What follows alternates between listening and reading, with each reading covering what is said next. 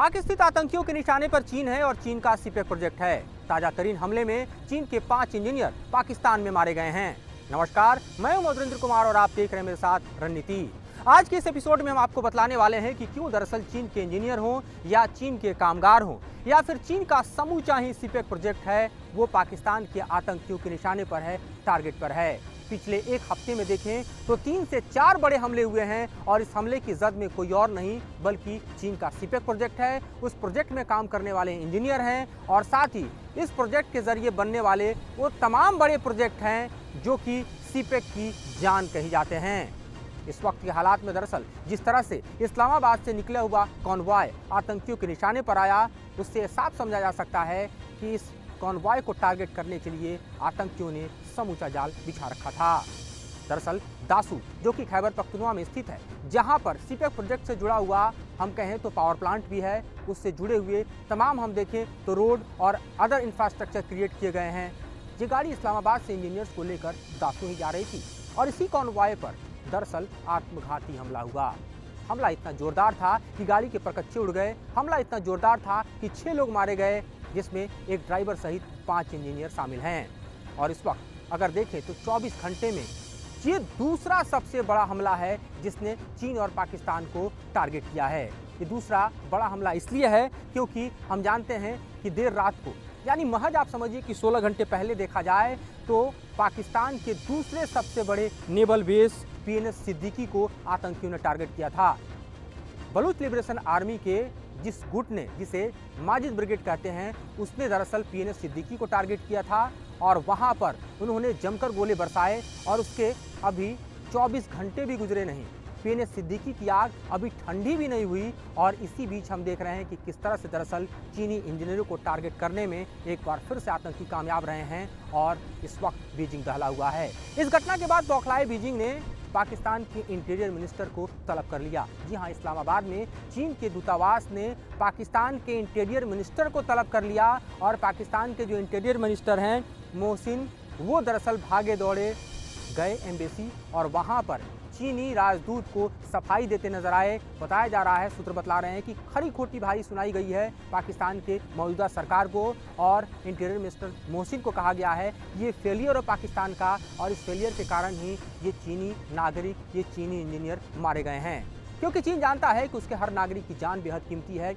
पाकिस्तान के ज़मीन पर हम जानते हैं कि सुरक्षा की स्थिति लगातार चीनियों के लिए पैदा होती रही है। चाहे सीपेक प्रोजेक्ट का इलाका पीओके से होकर गुजर रहा हो, वहां पर उनको टारगेट किया जा रहा है। दूसरी तरफ आप देखिए तो खैबर पख्तूनख्वा और खासतौर पर बलूचिस्तान का इलाका, जहां पर सीपेक प्रोजेक्ट की जान है, वहां पर दरअसल जो आम लोग हैं, आम नागरिक हैं, चाहे बलूच नागरिक हैं, बलूच विद्रोही हैं या फिर आप खैबर पख्तूनख्वा के लोग हैं, वो सीपेक प्रोजेक्ट को गले से नहीं उतारते क्योंकि उनको लगता है कि पाकिस्तान ने दरअसल उनकी ज़मीन को, उनके रिसोर्सेज को, उनके नेचुरल एस्पेक्ट्स को चीन के हाथों बंधक दे दिया है। और इसीलिए आप देखिए तो इलाके लगातार सीपेक के विरोध में रहे हैं और यहाँ पर बने आतंकी संगठनों के निशाने पर सीपेक प्रोजेक्ट है। हम जानते हैं कि ग्वादर में जिस तरह से दरअसल बलूच आतंकियों ने टारगेट किया और बलूच लिबरेशन आर्मी के माजिद ब्रिगेड ने ग्वादर पोर्ट को, जी हाँ, ग्वादर पोर्ट जो कि बलूचिस्तान स्थित आप समझिए कि सीपेक प्रोजेक्ट का सबसे बड़ा सेंटर पॉइंट है, जो कि चीन को दरअसल आप समझिए कि वो तमाम मिडिल ईस्ट के देशों से जोड़ता है और चीन चाहता है कि ग्वादर पोर्ट के जरिए वो डायरेक्ट रोडवेज से कनेक्ट होकर, लगभग 2200 किलोमीटर का रास्ता है, रोडवेज से कनेक्ट होकर अपने एनर्जी रिसोर्स को सिक्योर कर पाए और इसीलिए सीपेक प्रोजेक्ट के तहत ग्वादर का पोर्ट बनाया गया। ये ग्वादर पोर्ट दरअसल इस वक्त देखिए तो चीन का भी अड्डा है, पाकिस्तान का भी अड्डा है। बावजूद इसके बलूच आतंकियों ने इसको टारगेट करने में सफलता हासिल की और वहां पर दर्जन भर लोगों को कलम किया, उनकी हत्याएं की। हालांकि इस घटना को फाइल करते हुए, विफल करते हुए 4 आतंकियों को ही मार गिराया गया था। उसकी अभी हफ्ते भर भी न गुजरे क्योंकि देखा जाए तो पाकिस्तान के नेवल बेस को टारगेट करने में सफलता इसी माजिद ब्रिगेड ने हासिल की। 3 तरफ से आप देखिए तो पाकिस्तान के नेवल बेस को, पीएनएस सिद्दीकी को इन्होंने टारगेट किया और पूरे ही इलाके को दहला दिया और उसकी आग अभी ठंडी नहीं हुई कि पाकिस्तान में चीनी इंजीनियरों की कब्र खोद दी गई। तो एक के बाद एक देखिए टारगेट किस तरह से दरअसल फिक्स हो रहा है। एक के बाद एक टारगेट के जरिए बलूच विद्रोहियों ने और माजिद ब्रिगेड ने खास तौर पर आप देखिए तो किस तरह से चीन को दहला रखा है। और इसके कारण न सिर्फ इस्लामाबाद बल्कि बीजिंग में भी तनाव बढ़ रहा है, क्योंकि चीन के मौजूदा सरकार को, जिनपिंग को, अपने नागरिकों को, अपने देश को जवाब देना होगा कि चीनी नागरिक अगर पाकिस्तान की जमीन पर मारे जा रहे हैं तो उसका जिम्मेदार कौन है। हम जानते हैं कि चीन ने अपने नागरिकों की सुरक्षा के लिए भारी पैमाने पर अपने खुफिया तंत्र को पाकिस्तान में विकसित किया है। और इतना ही नहीं बल्कि आप देखिए तो प्राइवेट आर्मी के वेश में अपने पीएलए के सैनिकों को उतार रखा है। इसके बावजूद चीन अपने लोगों को सुरक्षा पाकिस्तान की ज़मीन पर नहीं दे रहा है।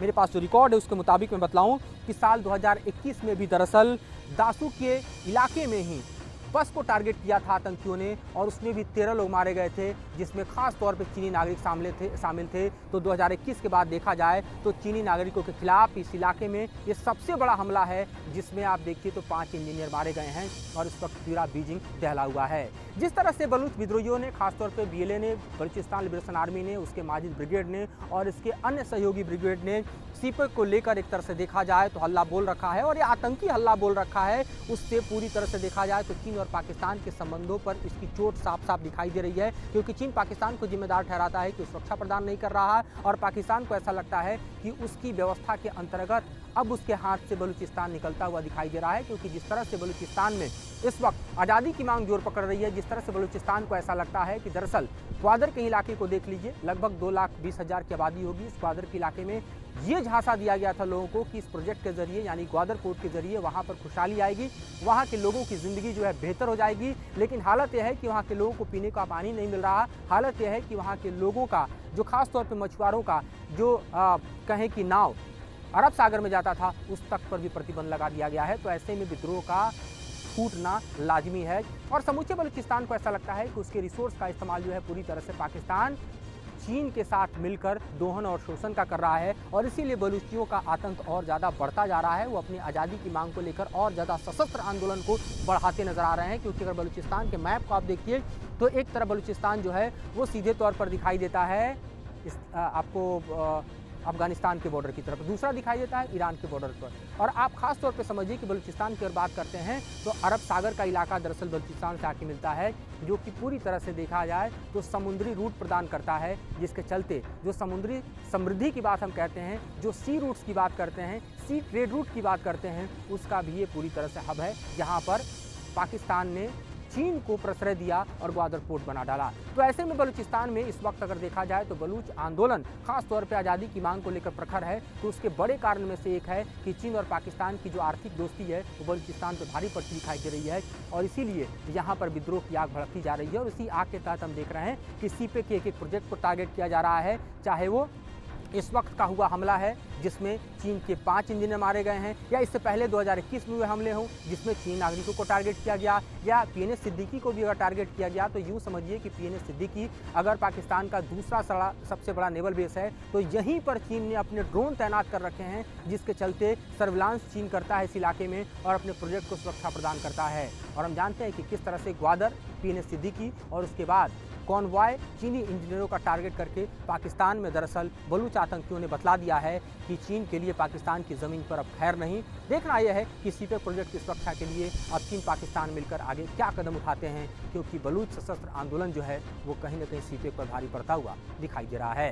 फिलहाल इस मुद्दे पर इतना ही। इससे जुड़ी और जानकारी आपके बीच लेकर आते रहेंगे और बतलाते रहेंगे कि आगे इस प्रोजेक्ट पर क्या हो रहा है और क्या हालात बने हुए हैं। फिलहाल मुझे और मेरे सहयोगी जयराम को दीजिए इजाज़त।